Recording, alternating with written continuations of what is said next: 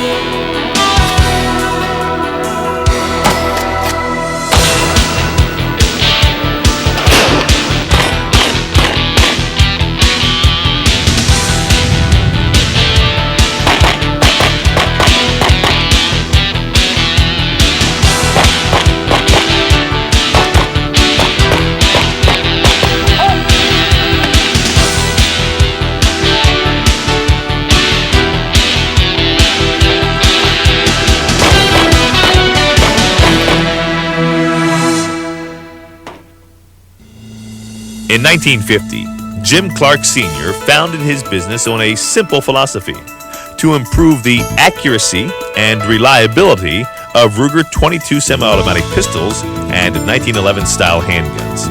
He pioneered and perfected the production and distribution of a 1911 style handgun that feeds and shoots the 38 Special cartridge. That's right, I said the 38 Special cartridge, a rimmed case. Jim Clark Sr. is much more than just a gunsmith. He's an inventor and innovator, as well as a champion competition shooter, becoming the first civilian to ever win the NRA Bullseye Championship. Today, more than 45 years later, Clark Custom Guns is one of the premier custom gunsmith shops in the world. Their work now includes custom services for a wide variety of firearms, including Ruger 22 pistols and 10/22 rifles, revolvers, 1911 style handguns for competition and self-defense, as well as custom work for shotguns and rifles. They also manufacture and sell high-quality, high-tolerance parts for 1911 framed handguns, Ruger Mark II pistols, and 10/22 rifles, along with complete drop-in barreled actions for Ruger 10/22 rifles. Jim Clark Jr. and his sister Kay Clark Michalik have followed the path trailblazed by their father. Jim is possibly the greatest three-gun competition shooter to ever live, winning the Soldier of Fortune three-gun World Championship 4 different times. Kay is the World IPSC Champion and three-time USPSA Nationals Champion. They're joined by Jerry Michalik, internationally known as the fastest revolver shooter in the world. Together, they oversee the operation and management of Clark Custom Guns and their 150-acre shooting facility known as the Shootout, located in Princeton, Louisiana. This facility offers complete firearms training for rifle, pistol, and shotgun. Jim Clark Sr., Jim Clark Jr., Kay Clark Michalik, and Jerry Michalik are some of the greatest minds in the gunsmithing and competition shooting industries. With over 100 years of collective experience, a complete machine shop, a 150-acre full facility range, instruction classes for rifle, pistol, and shotgun for competition and self-defense, and complete gunsmithing services to increase accuracy and reliability in your firearms, Clark Custom Guns is uniquely qualified to present the information you're about to see.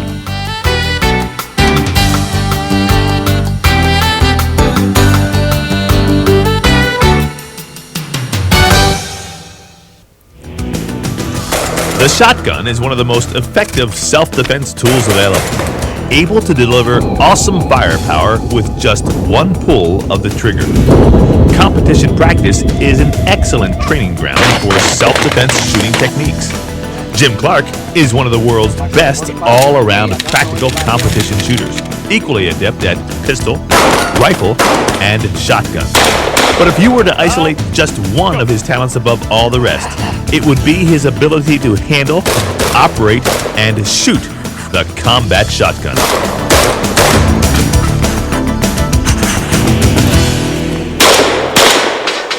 Clark possesses an almost unnatural ability to shoot the shotgun both fast and extremely accurately. In this program, he discusses the modifications he has done to his shotgun and how to set up your own shotgun, plus shooting on the move, basic and advanced reloading techniques, and the basics of stance, grip, using your sights, and trigger pull. And Jim Clark will demonstrate some incredible shooting that will both amaze and entertain you. Now, here's Jim Clark with combat shotgun shooting tips and techniques.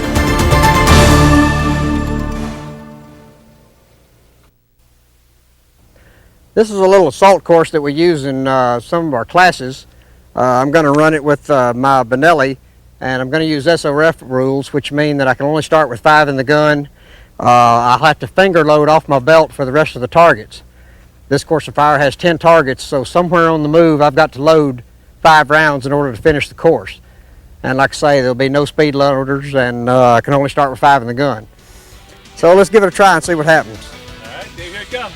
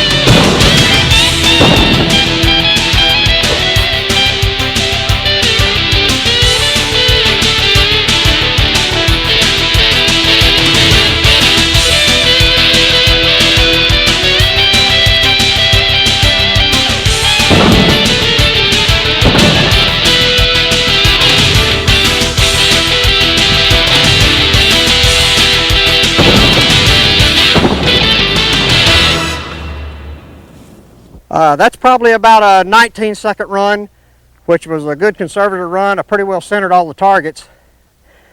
Been able to knock about 3 seconds off of that using speed loaders. As you can see, the Benelli actually loads very quick and easy, even on the run. You've won a whole bunch of different shotgun matches, and you've probably used a whole bunch of different shotguns throughout your career. What do you think is best for practical competition? Everybody's kind of got their own personal preference. Personally, for Soldier of Fortune, I like Benelli. For any other kind of competition where you may have to shoot strictly for speed, I like to shoot a gas-operated shotgun, 1187. And is that because it cycles faster? Doesn't necessarily cycle faster, but it recoils less, being a gas-operated gun. Uh-huh. But at Soldier of Fortune, you like the Benelli because... I like the Benelli because of the reliability. It'll work. You can fill it full of dirt and pour it out, and the gun will still run. Uh-huh. What kind of loads are you shooting in competition usually? It all depends on what kind of target you have. Now at Soldier of Fortune, they require that you shoot buckshot. Usually I shoot Federal Tactical buckshot. Mm-hmm. Now for IPSC, where you can see the targets ahead of time and make that determination, I use whatever it takes to knock them over. And what would that be? What other kind of load would you shoot besides buckshot? If the targets are set real easy, I might not shoot an express load. If they're set hard, I'll shoot anything up to express buckshot. Now, when you say the Federal Tactical, is that a little heavier load as far as more gunpowder? No, actually it's a lighter load. It is? Yeah. And why so? So you can have better or less recoil? It was designed for police use. They tell me to where possibly it wouldn't go through too many walls on an entry. In fact, for a long time, it was for police purchase only. Winchester still sells theirs to police officers only. Mm-hmm. Okay, so now that covers most of the ammunition. Will you shoot any kind of game loads at these pepper poppers ever? Or? Absolutely. Of course, in the Benelli, it won't work a true 1 ounce load, not reliably anyway. Won't cycle properly? Won't cycle properly. Why not? Simply because it's a recoil operated shotgun and it takes a little more oomph to get it going. Yeah. 1 ounce and an eighth is usually about what I like to use in it, or as light as I like to go. Uh-huh. Now in the 1187, it'll just about feed anything you put in it. So when you say 1 ounce and an eighth, that's the size of the shot or the That's the weight of the charge. Okay. Now the shot size, anything from 7.5s, bigger usually. A lot of times I'll use number 4s. What kind of patterns are you getting out of these, or is this I guess we'll go into the This gun itself. particular gun is set up for double aught buckshot. It's actually a solid barrel with no choke in it at all, and it shoots Federal tactical buckshot real well. And that means at say 20 yards, what kind of spread are you getting out of that? Oh, usually at 20 yards, probably you're looking at a foot. Well, that's pretty good. Yeah. Which a lot of times it's real easy to over constrict buckshot and get a flyer.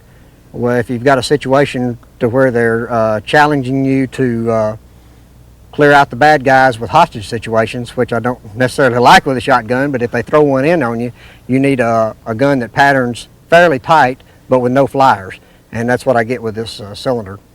Okay, well, let's talk about the gun itself. How's it set up? This is obviously a gun that you have worked on yourself, right? This was a 24-inch barrel from Benelli. Now, according to SOF rules, you can't have a barrel longer than 22 inches, and the magazine tube can be no longer than the barrel. So I've custom made me a barrel cut to the exact length of 22 inches, and then custom made a tube to where I can get the maximum amount of shells in. Now, usually at SOF, they don't let you start with but 5 shells in the gun, so I really haven't ever been able to gain anything by having a longer tube, but if I ever get the chance, it's going to be there. Okay, and what have you done to the mechanics of this gun itself? The trigger is factory. The action is factory. Really the only thing I've done is I've added a little tab to make closing the bolt easier. Okay, and so the Benelli out of the box is... Out of the box, it's a competitive gun, you bet. What other kind of guns have you worked with, and would you suggest, say, for the 1187, what have you done to those? 1187 is hard to beat day in, day out. If, like I say, it recoils a little less than the Benelli, it'll feed and function with any power load you put in it. So we've actually had quite a good bit of luck with it. Jerry and I both shoot 1187s for IPSC competition. And you think for IPSC it's perfect, right? I prefer it for IPSC, yes. You may have, a lot of times you'll have more speed courses in IPSC than you will, say, at SOL, which by speed course I mean standing still and shooting as many as 6 or 7 targets in a row. With the gas-operated shotgun, it's just a little easier to do that. Because of the recoil? Because of the recoil. Okay. What about the 1187? Does it require any kind of modifications to it as far as the mechanism, the action? Now the 1187 we modify extensively. Of course, we put the extended mag tube on. The guns we use, we've put a tapered forcing cone, which supposedly makes it recoil a little less and improves the pattern. We do a trigger job on them, which is a fairly easy gun to do a trigger job on, 1187. Mm-hmm. And it really makes the trigger less pull? Less pull, less creep. We modify the loading gate. I'll put a extended loading gate on it for speed. Me personally, even with the loading tubes, I just use my fingers to stop the loading tubes. Now, just about everybody else I know applies the add-on gates that Right. they put the tubes in. For the But I've tubes, yeah. never liked them because I can't hit the tube, say in a full stride running. All the time, yeah. Okay, and then that 1187, once you get them basically customized, and you do that at Clark's yourself, what Yes. other things do you do at the shop? We do the forcing cone, or the long taper in front of the chamber, which supposedly gives you, like I say, a little less recoil and a little better patterning. It doesn't distort the shot, especially using big shot is bad. Mm-hmm. Now, of course, they come from the factory with the screw-in tubes, full-length rib, which I like. We put on a loading gate, or a smaller loading gate than normal, the tab that we make. The trigger job, pretty much tune the action, slick it up just for a reliability package. take deburr all the stuff from the factory, and just kind of a general check over. What about the sights? Now, there are a lot of different sights available in shotgun. There's ghost ring sights, there's front posts, there's even optic sights now. In fact, as far as the sights go, there was a trend here a few years ago for a lot of slugs in IPSC competition. So just about everybody was going to an optical sight. If you prefer that, we make a scope base that mounts flush with the top of the rib to get the optical sight as low as possible. Personally, I don't prefer the optical sights, and I don't care really a whole lot about having the slug stages, which is the way IPSC has gone here within the past year to 18 months. And why do you think the optical sights are slower for you, or? Slower. You have to have a custom build on your stock. When you have the optical sight, it's going to be enough higher that your head will be in this position. Now, of course, there are stocks with adjustable cheek pieces. Right. But there again, that's more expense that I don't think is necessary. Why so? Because with the shotgun, you can basically I would rather point with the iron sights. point and shoot. Yeah. How about any of the iron sights? What do you like? What do you prefer? I prefer just the rib. I have had flip-up sights installed on this gun, which this one broke off, and I never bothered replacing it. Right. This was for occasionally at Soldier Fortune match. They'll have slug shots, but they're usually fairly large targets and not that hard to hit. They just want you to shoot a slug. Do you find that with buckshot, you really don't need a true like ghost ring sight or front post or any of those things? Correct. In fact, the ghost ring sights actually slow me down, and I'm not going to take a whole lot of time aiming. I'm pretty much shooting them on the run like a bird, and like as you see, I don't even stop in the boxes very good. What's the usefulness of a rib on the shotgun? A high rib opposed to a low rib? Or? Matter of personal preference as far as the height of the rib. Of course, you've probably seen trap guns where the only shot they're shooting is a bird rising. So they use a real high rib to actually make the gun shoot higher than what you see. That's the advantage on a trap rib. I wouldn't want a trap rib for a sporting clay course, or even a skeet course, or especially a assault course. So what kind of rib do you have here? Just a medium? This is just a standard rib that comes on the gun. I have one gun in this configuration. I have one gun with the rifle sights on it. And as far as I'm concerned, I can pick up either gun and shoot them exactly the same.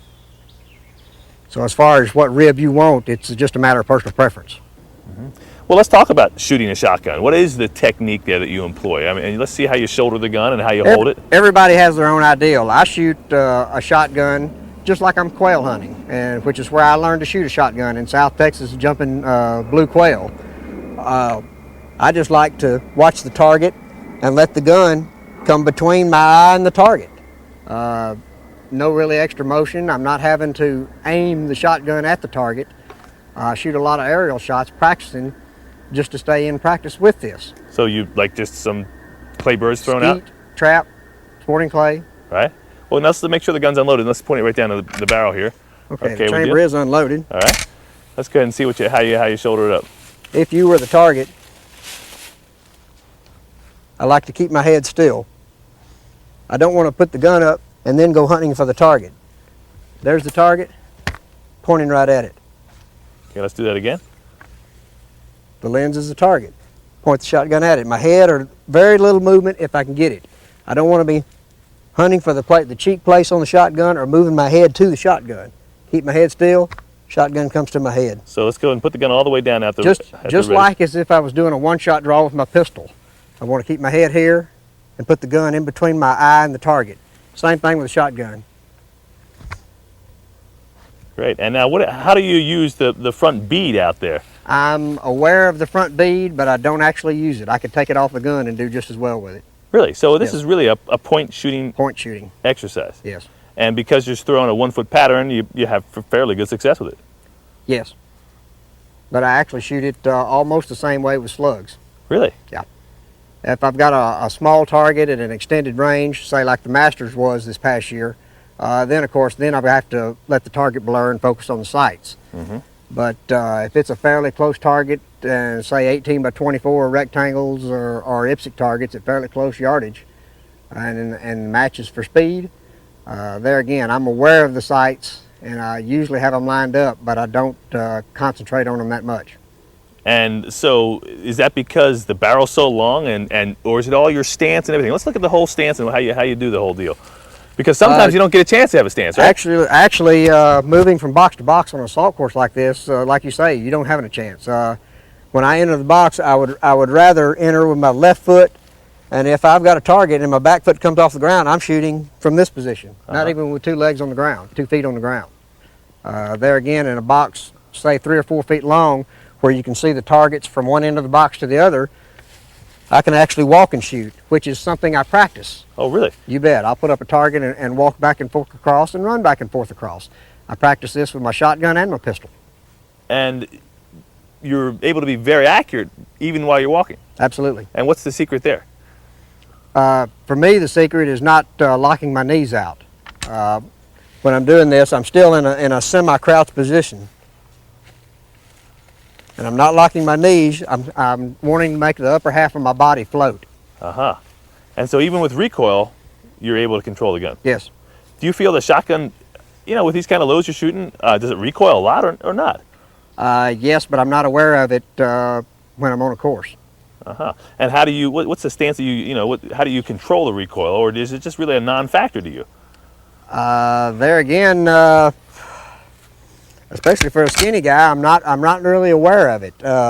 When I'm shooting, and after I finish a course of fire, I don't remember the recoil, and I actually don't remember hearing the gun go off. Yeah, because I mean, it's not like you're a John Shaw who's 220 pounds. Yes. Where you can see that physically he can control the shotgun. Actually, in some cases, I don't fight the recoil of the shotgun. I ride with it. And to me, in some cases, it helps. Right, just kind of let it do its thing. Rock and roll, I use the recoil of the gun to get me to the next target. Usually, there's only one shot required on a shotgun course, right? You don't have to double tap a shotgun. Oh, well, let's say on this course, my splits between these first 2 targets are probably 0.3 of a second. And the targets are about 2 yards apart? The targets are probably 2 yards apart, and I'm probably 14 yards from the targets. There again, when I shoot the first shot, I use the recoil of the gun to take me to the next target. To bounce over. I could actually shoot the 2 shots as fast as I could snap the gun, maybe faster. Wow. Now, what about your trigger pull and your whole grip with your hand or anything? A lot of people I know will put their finger underneath as a pointing device. How do you use your forehand, your left hand, and then your right hand? I actually do with my left hand. A lot of times I'll point with the pointer finger of my left hand at the target. I learned this playing with hip shooting skeet. Oh, really? And which I'm not very good at, but I like to play it a little. And I like to point. In fact, a lot of times I'll point 2 fingers, the pointer finger on both hands, and pull the trigger with my middle finger when I'm shooting hip shot skeet. Okay, so using that hand as a pointer, that kind of gives you that more using natural. The finger as a pointer, you bet. Because everybody points their fingers from like being little kids. Exactly. How about the trigger pull and on the shotgun? What do you say you do there? I'm not really conscious of a light trigger pull. This one is straight out of the box. It's probably about 4.5, 5 pounds. I'm pulling it so fast that I'm not really conscious of a bad trigger pull. And like I say, with a shotgun, I've got enough slop. It's hose city, so. Let's see the grip that you use there. Go ahead and mount the shotgun again. And put it up on your shoulder like you do, as if you were to shoot it. Now let me go ahead and get in here and just kind of look at that finger grip there. I'm going to get in there pretty close. So whereabouts are you engaging the trigger with your finger? The middle of my first pad. In the middle of the pad? Middle of the first pad. Right here. And your hands aren't particularly large? No. Just normal average size? No, normal average size hands. I do have skinny hands, which allows me to wrap quite a ways around the gun. This is how I'm able to use the stick loaders without a bracket. Oh, so you put your fingers all the way around like that? I put my fingers all the way around the gun and hit the tube loaders up against my fingers instead of a bracket. Oh, I see. This is not a really popular way to do it. In fact, I don't know anybody else that does do it but me. Right, but it doesn't slow you down at all? It speeds me up. Does it really? Yeah. Yeah. I have an easier time hitting my fingers running than I can that bracket. How about when you load just shot by shot or shell by shell? How do you do that? What's the There again, if I'm using a shell belt as I have on now, instead of holding the gun up here and loading, I like to get it as low, turn it over completely, hold it with my left hand, load with my right, and I like to get it as close to my belt as possible for the shorter distance to travel. And the trick is to load 3 or 4 at the same time while you're moving. Once you have the gun, because you've got to considerably move the gun away at that point. Correct. So let's go ahead and just see some of that real quick, kind of in a slow motion manner. Now, you always wear one of these shell holders for competition? Yes, in fact, even shooting IPSC where I know I can use the stick loaders, I still keep a belt on. It's commonly known, my brother-in-law tells me it's the pants factor. When your pants start falling off, you got enough ammo on. All right, what I'm going to do here is just, if I was shooting the shotgun and coming down for a load, I would roll it and get it as close to my belt as possible. And I assume by keeping it close to your body, you have more dexterity or feel with it. Well, actually, just less movement here, and that's what I'm after. But it's better than if you had the gun way out in front of you. Yes, I wouldn't want to be, doing it at arm's length. Right. So let's see it one more time real quick and kind of walk through it a little bit slower. Because I guess this is really one of the key elements to competition is being able to load quickly. It's the key element to Soldier of Fortune. Their matches have gotten to where it's actually more of a reloading contest than a shooting contest. I'm not necessarily the happiest person about that, but it works for me. I seem to have no trouble loading the gun, but I would rather it return to a shooting contest. There again, start loaded and mounted up. So there's your first shot. Bang, roll the gun, hold it with my left hand, get it as close to my belt as possible. Not a lot of movement there. There again, the Benelli loads awfully easy. And that's just factory action, huh? This is factory action. Just that quick. Good. Boy, it really seems smooth. You sure you haven't worked on that action? Never would. The tech loaders really work good on the Benelli, especially for me. I don't use a bracket. I simply, from the shot, I hit my finger and it's done. Wow. Like I say, it works quite good for me. I don't know anybody else using this technique. What I do is put my fingers around the receiver in about the same place the bracket would be. Yeah. But what this allows me to do is I can hit my fingers a lot easier running than I can hit that bracket. And simply because I can feel it and I don't even have to look at it. After I get my fingers, of course, on the bracket, all I do is shove. They do what, 4 rounds at a time? 4 rounds at a time. They're quite effective. Quite effective. Yeah, and you use those for... I use it on the Benelli or the 1187, either one. This is simply a heavy trap load, which means actually it's used for skeet or the hottest load you can use on sporting clay. I just happen to have a lot of these, so that's what I'm using out here today. It's a 3-dram, 1 1/8 ounce of number 8 shot. Okay. So that's how you would determine what's in that load itself. Correct. 3 grams of powder.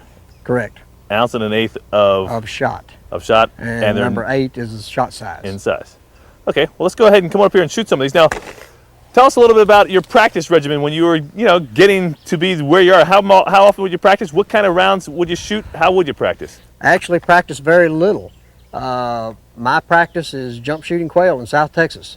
Really? Which actually works very good for this. If you've ever hunted blue quail, you'll know that down in South Texas you actually have to run after them. You can't hunt them with dogs because they won't be still. And you're just out running through the cactus, and when one jumps up, bang. Or when you get into a covey, bang. And it actually works pretty good. So if you were practicing just for IPSC, you didn't have any quail around, what would you set up? What kind of targets? A course like this, something where you have to move and load. And then I would also practice a standing still speed match, which usually at most IPSC matches you'll have. Right, so that's just standing shooting still 3 or with 5 targets. Maybe 5 pepper poppers out and simply on the buzzer going as fast as you can, mowing them down. And what is the secret to going fast with a shotgun? You feel using that recoil as your advantage? Or? Using the recoil to my advantage, and actually almost the same identical principles that you would use for your pistol. Okay, how about target acquisition with a shotgun? Because you are swinging a bigger barrel. On target acquisition with a shotgun, I'm actually looking just a little ahead of the gun, which is a kind of a split second. You have to wait long enough that the shot's fired, yet the instant I know that shot was fired and the BB or the red dot was on the target, my eyesight is gone from that target and it's going to the next target. When I find that target, the gun's going to follow my eyes.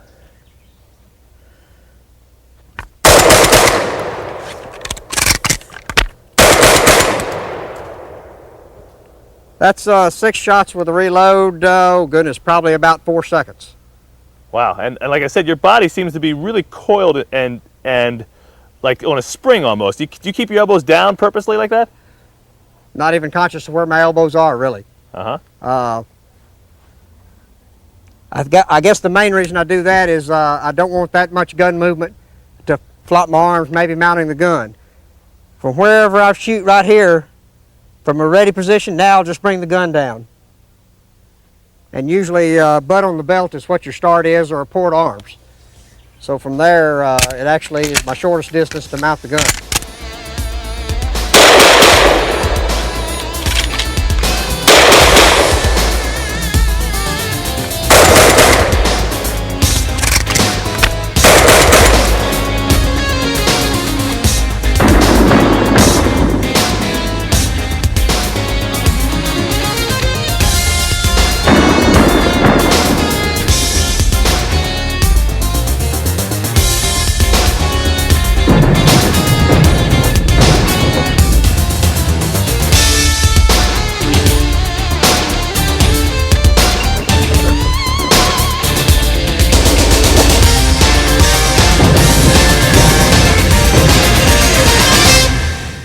Jim, how much the speed shotgun you think is athletic versus shooting, or is it a combination of both? A combination of both. Of course, for some matches now they've turned into reloading stages. I'm not the most fond of a reloading stage. I'd rather shoot a pure out speed stage or an assault course where it's not a lot of reloading. But I seem to do all right on the reloading stages. But this time I'm going to run the same course of fire before, but I'm going to use IPSC rules, which is I've got the gun with as many shells as it'll hold, and we're just going to run and gun. Just blaze through. Okay, So I'll go ahead and give you a standby ready. You ready?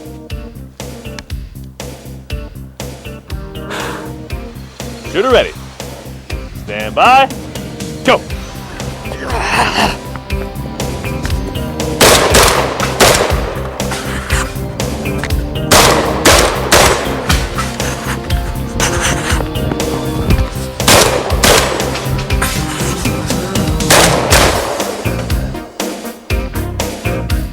The difference there, I'm going to guess off the top of my head, that was a high 16-second run, where the other run was probably a high 18-second run. For a 40-year-old man, that ain't too bad. That's really good.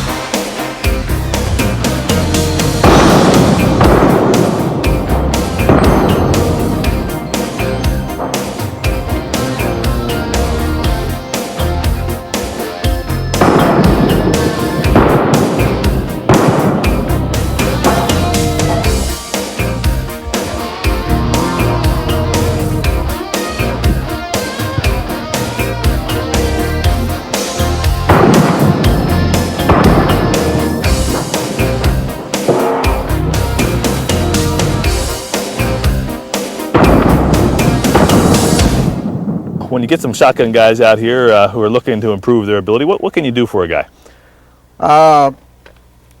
We like to think quite a bit. The one reason we went into the training business in the first place is that nobody is really putting an emphasis on three-gun shooting.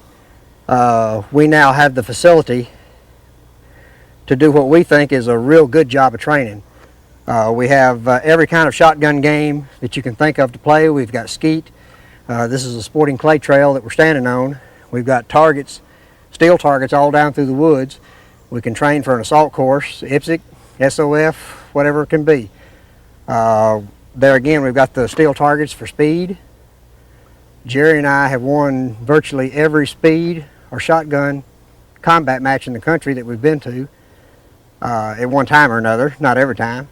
But we've had quite a bit of luck, and what we like to teach is just the techniques that we've learned from trial and error, hopefully without everybody having to go through as much trial and error as we did. Mm-hmm. We've actually had quite a few people go through, and we've sure had no complaints and had some awfully nice letters people written to us after we've gotten back home. Now, what kind of things do you talk about in your class? What do you cover? Almost the same as the pistol. It's not that much difference. The mounting of the gun, the reload, one-shot draws is again the mounting of the gun, how to use the recoil to carry you from target to target, smoothness. With a shotgun, a lot of it is how smooth you can be. Smooth is fast with a shotgun or a rifle, either one. Now, when you talk about the shotgun, do a lot of people make it more complicated than it really is? Maybe not more complicated than it really is, but it's just the fact that there's not that many people out there that have shot a lot of shotgun on a combat course. There again, like I told you, most of my early shotgun shooting was jump shooting blue quail in South Texas, which to me is a perfect practice for combat. We'd go out running through the cactus, and when a quail would jump up, bang. I don't know any way that you could do better than that. So your one-shot draws. Go ahead and put the box down. Let's look at what you're going to do. Now, would you work with a timer on this to kind of? You bet. I like to shoot my first shot, say on a speed match, and anywhere I would like to shoot under 0.6 of a second. There again, it's a strictly I'm watching the target. I'm going to bring the gun up between my eye and the target, and bang! The instant the gun stops, it goes off. The last class I had this past week, the guys that came in when they started, their one-shot draws were running 1.3, 1.2. When they left, they were all shooting in the 0.7s, and which they've already gained a half second on the field right there. That's a pretty good improvement. That's a big improvement for one shot. Yeah, and so that's all really the technique of mounting the gun. You bet. Yeah, what's a common error that most people are doing? They're just moving their head too much? Common error, of course, is putting the gun in your shoulder and then looking for the target. Or mounting the gun, putting your head down on the gun. In combat, I like to be watching the target and let the gun follow my eyes. Same thing from target to target. Right, and then you let that recoil kind of just drive the gun. Let the recoil drive the gun.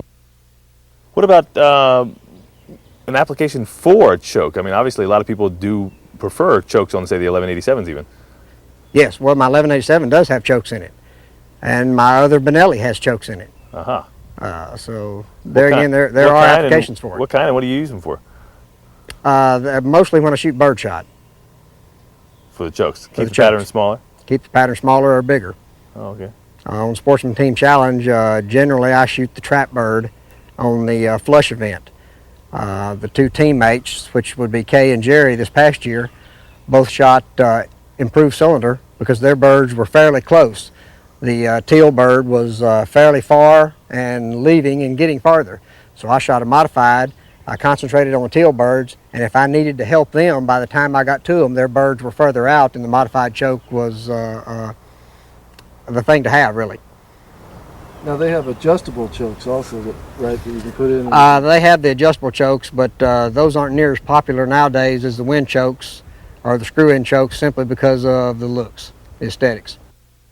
What I'm going to do is just another little trick that I like to play all the shotgun games, so I'm going to just hand throw some birds and break them, And this is just another little exercise I do for target acquisition. I'm probably not anywhere near the best at this, but it's fun, and your target acquisition will get better as you get better breaking these birds. So what I'll do is start out just hand throwing 3 birds here and see if I can break them with a shotgun.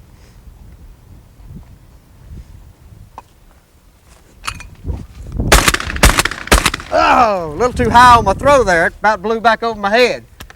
See if I can beat that. Pretty windy today. We're going to have fun throwing them. Oh, that would have been too easy. Let's try 4.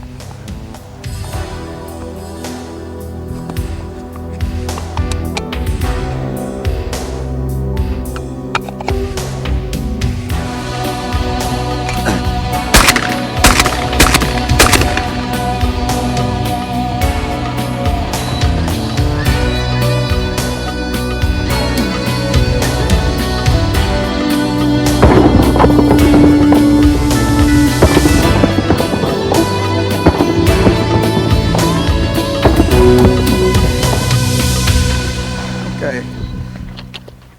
Actually, I had to shoot the piece there at the last. I got too close to one of them. What I'll do now is try 5. And as you can see, the shooting of the birds is fairly easy. The throw and the getting them to separate is a little tricky sometimes.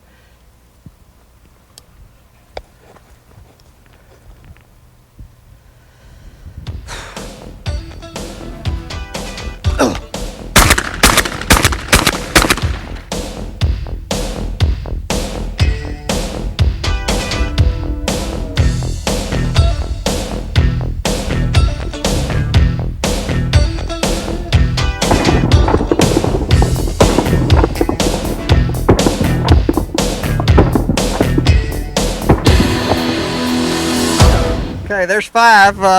What the heck? Let's try 6.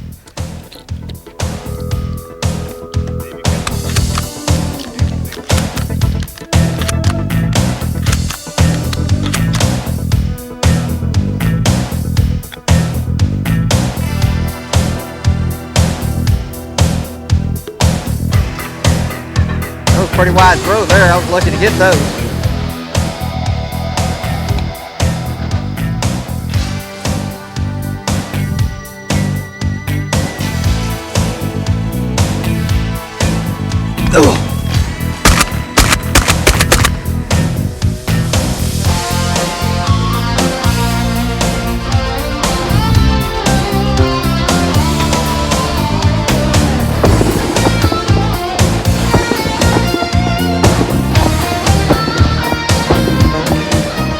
Two with 1 shot. I'm gonna try it one more time. Didn't get a very good separation on the birds there. Almost got the sign.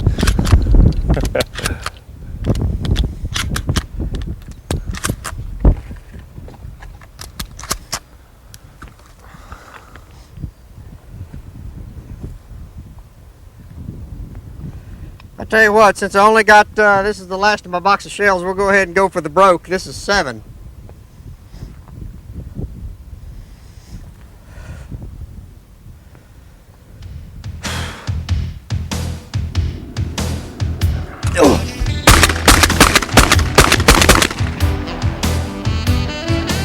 Get them all?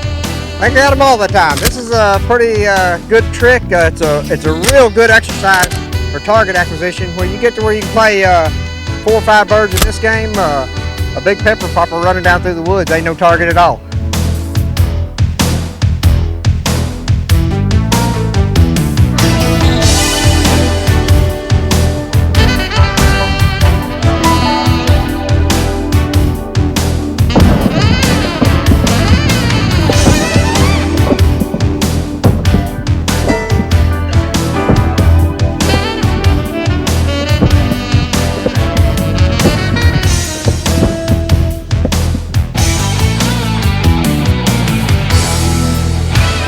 This shotgun has a few modifications on it for IPSC. It's been ported. It came with screw-in chokes, of course, from the factory. It has a Scholt tube, a Scholt rear stock, and I still have the factory stock on the front. It has a loading gate on it. The This is not necessarily the gate I prefer. The one I prefer is a much smaller piece that we manufacture ourselves. And also it has a custom barrel clamp. Of all Schultz good parts, the thing I don't really care for is this barrel clamp. This is one we manufacture that's a good solid heavy piece that's not going to move or break loose. So this shotgun is set up really for IPSC competition. Tell us about the tube, how many rounds it hold? This one in its present position holds 11. Uh-huh.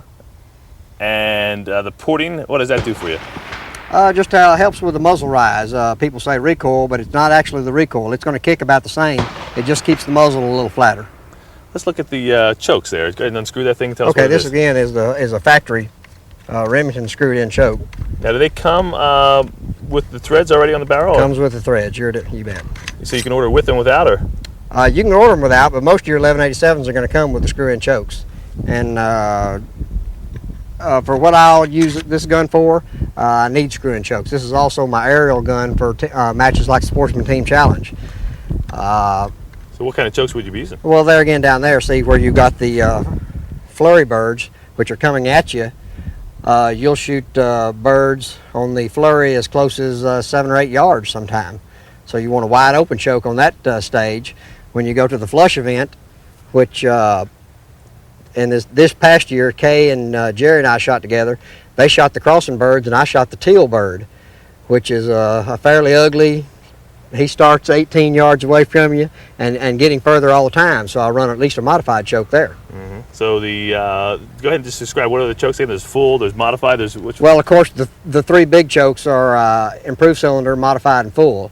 There are all any number of chokes in between there, and of course, all these chokes are relative to what your bore size is or your cylinder of your barrel. 729 is normal. Okay. Yours may be a few thousandths over or a few thousandths under that. And what are the full, modified, and other one? What do they do? They make Okay, it larger? this is of course how much constriction they have. Full choke, of course, is your tight pattern. Modified is middle of the road. IC is just a little choke or a little constriction over cylinder bore. All right. Good. And now this gun here, by the way, pick it up again. Let's look at the any kind of trigger work you've done in here or anything, or? This particular gun actually has a factory trigger. Nothing's been done to it. I prefer one. In fact, the combat shotguns we build to sell have a trigger job on them, and they come out real good at about a 2.5 pound to 3 pound trigger. All right. So a gun like this, what do you think it would cost out of the shop looking this way? With the tube, with a standard stock rather than the Premier Skeet model, you're looking at $975. Now that's for one with the extended barrel lead, the action tune, trigger job, chokes on it, ported, extended tube, pretty much set up for IPSC competition the way I would want it. Now the way you said something about what you do in the inside of the chamber. Do you extend that or anything like that? Yeah, it's a long. What it is we have a reamer that goes in, and instead of a sharp cone or a sharp lead into the barrel, this is an extended lead. It decreases the pressure just a small amount, which of course decreases the recoil, and then it doesn't distort the shot, choking it all once into the barrel. It's a longer, smoother lead into the cylinder. If I were to send you a gun, or if I wanted to buy a complete gun, how would I buy a complete gun? Because obviously you can't ship it to me directly, right? Correct. I will have to have the dealer's license, your local dealer in your state. I can't ship a handgun, obviously, or any gun directly to you. So if you want a complete gun from me, you call up, you can place the order. You handle all the paperwork as far as the exchange of money or the credit cards or whatever. Get your dealer to send me a copy of his FFL. When the gun is complete, we'll ship to your federal firearms dealer in your state and go down and pick it up. So really, you just contact your local gun store and say, hey, I want to buy a Clark gun, and I've already made all the arrangements, just send them your FFL. That's it. And actually, and I'm sure now it's gotten more than $25, and we will pay up to $25 of anything that the dealer charges you for the transaction. He's going to have to charge you something for running the gun through his books. He's in the business to make money too. Right. But we will pay up to $25 toward the charges that we it makes toward you. Now, if I already own the gun and I send it to you, is there any problem with that? Nope, you can ship it directly to me through UPS. I'll ship it right back to your doorstep.